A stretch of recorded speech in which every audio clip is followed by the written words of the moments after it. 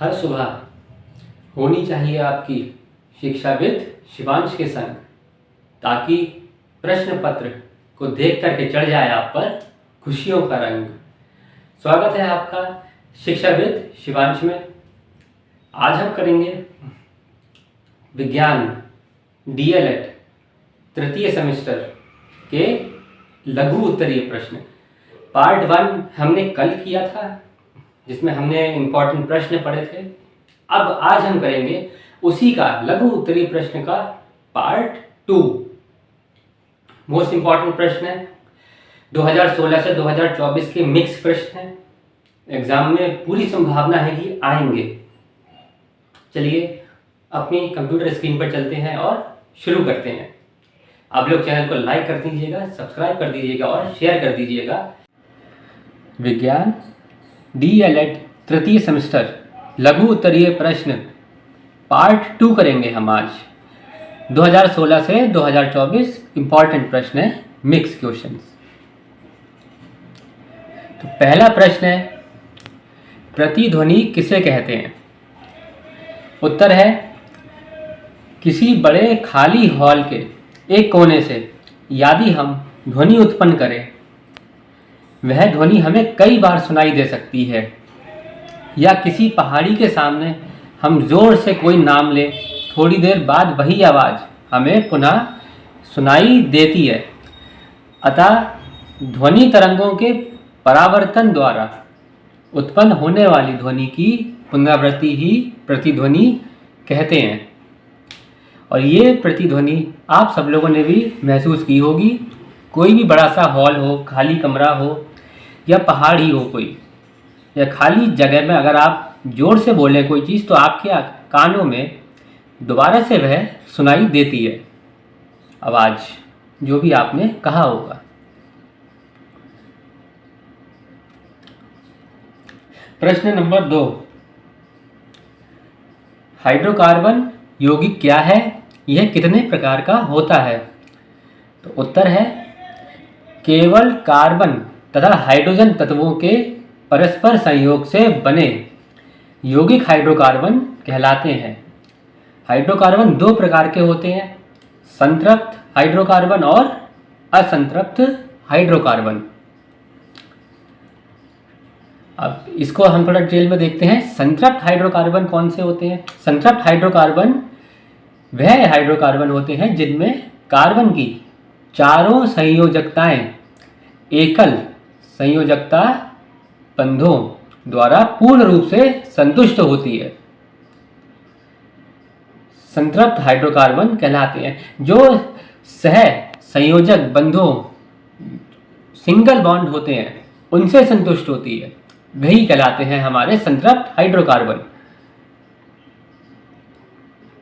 और असंतृप्त हाइड्रोकार्बन किसे कहते हैं? जिन हाइड्रोकार्बन में कम से कम 2 कार्बन परमाणु एक दूसरे से युग्म बंध या त्रिक बंध द्वारा जुड़े होते हैं, असंतृप्त हाइड्रोकार्बन कहलाते हैं। डबल बॉन्ड या ट्रिपल बॉन्ड हो जिनमें, वह असंतृप्त हाइड्रोकार्बन कहलाते हैं। प्रश्न नंबर 3, मधुमेह के रोगियों को अपनी जीवन शैली में क्या बदलाव करना चाहिए? तो उत्तर है, मधुमेह के रोगियों को अपने खान पान तथा जीवन शैली में पर्याप्त परिवर्तन करना चाहिए। और वो कौन सा परिवर्तन है? पहला, धूम्रपान छोड़ देना चाहिए। दूसरा है, पर्याप्त नींद लेनी चाहिए। तीसरा, शारीरिक व्यायाम करना चाहिए। चौथा, आहार में करेला, जौ, गेहूं, लहसुन, जामुन आदि का सेवन अवश्य करना चाहिए। और 5वां पॉइंट है, एरोबिक्स, तैराकी, जिम्नास्टिक और तेज चलना, इसको जीवन शैली में शामिल करना चाहिए।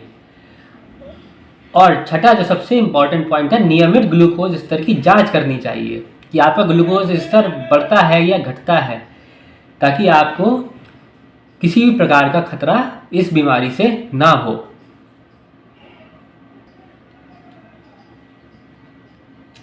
प्रश्न नंबर 4, स्टेरिलाइजेशन विधि के खाद्य पदार्थों को सूक्ष्म जीवों से कैसे सुरक्षित रखा जाता है, संक्षेप में लिखिए। इसका उत्तर है, स्टेरिलाइजेशन का तात्पर्य कीटाणु रहित करना अथवा निर्जलीकरण करना है। इस विधि से जीवाणु विषाणु को नष्ट करना हमारा उद्देश्य होता है। यह एक ऐसी प्रक्रिया है जो प्रभावपूर्ण तरीके से संक्रमणकारी तरीकों, कवक, जीवाणु विषाणु को भोज्य पदार्थ, औषधियों या जैविक संवर्धन माध्यम से नष्ट कर देती है।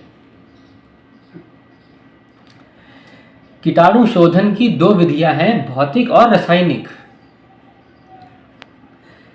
तो ऊष्मा के द्वारा, विकिरण के द्वारा, रसायनों, एथिलीन ऑक्साइड, ओजोन आदि का प्रयोग करके हम ये कर सकते हैं।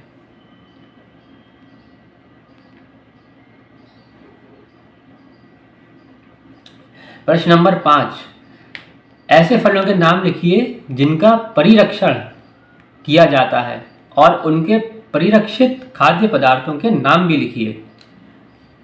तो देखते हैं कौन कौन से हमारे फल हैं। सेब, केला, अनार आदि फलों का परिरक्षण किया जाता है। इनको sodium benzoate, carbon, sodium Meta bisulphide तथा एसिटिक एसिड द्वारा परिरक्षित किया जाता है।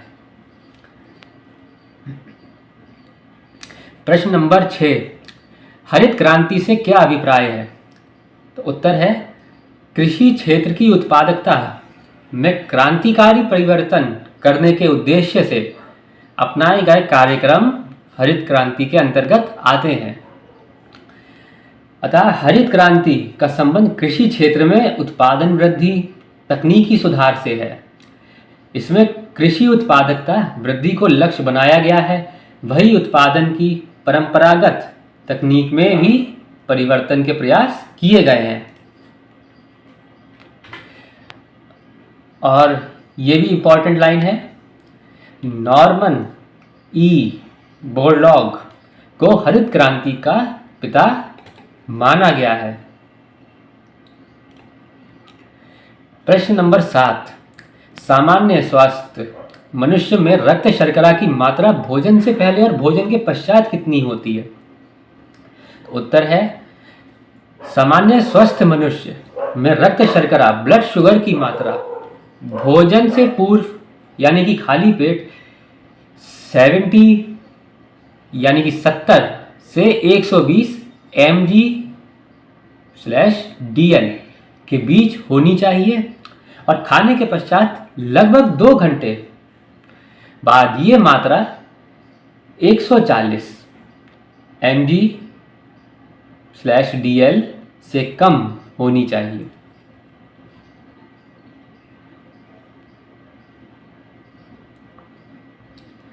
प्रश्न नंबर 8, पर्यावरण संरक्षण से आप क्या समझते हैं? आप पर्यावरण को कैसे संरक्षित करेंगे?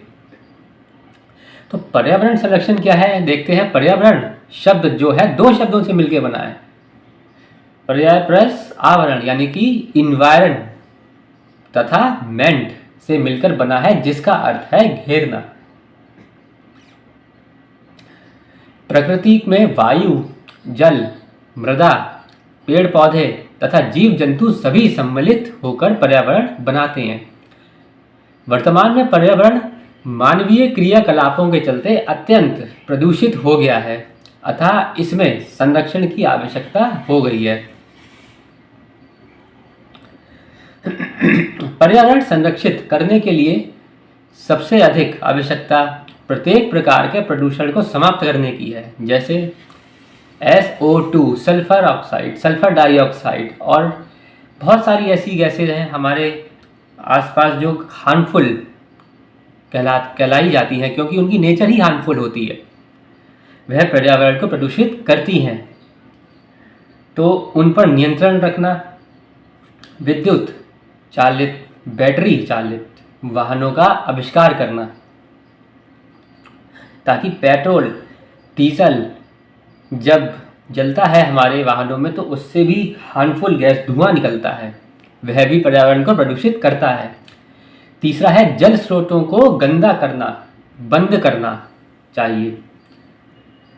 चौथा है जैव प्रदूषण को पूरी तरह रोकना।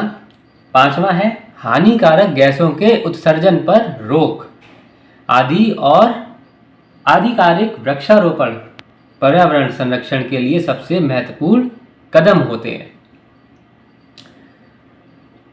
ये थे हमारे लघु प्रश्न विज्ञान डीएलएड तृतीय सेमेस्टर के मोस्ट इंपॉर्टेंट प्रश्न। अब पार्ट 3 भी आएगा इसका, क्योंकि कुछ इंपॉर्टेंट प्रश्न और भी हैं। आप लोग चैनल को लाइक कर दीजिएगा, सब्सक्राइब कर दीजिएगा, ताकि हमारी सारी वीडियोस, सारा पाठ्यक्रम जो भी हम करा रहे हैं और हम पूरा संपूर्ण पाठ्यक्रम कराएंगे, आप तक सारे वीडियोस आसानी से पहुंच सके। तो चैनल को लाइक करिए, सब्सक्राइब करिए और बने रहें शिक्षाविद शिवांश के साथ। धन्यवाद।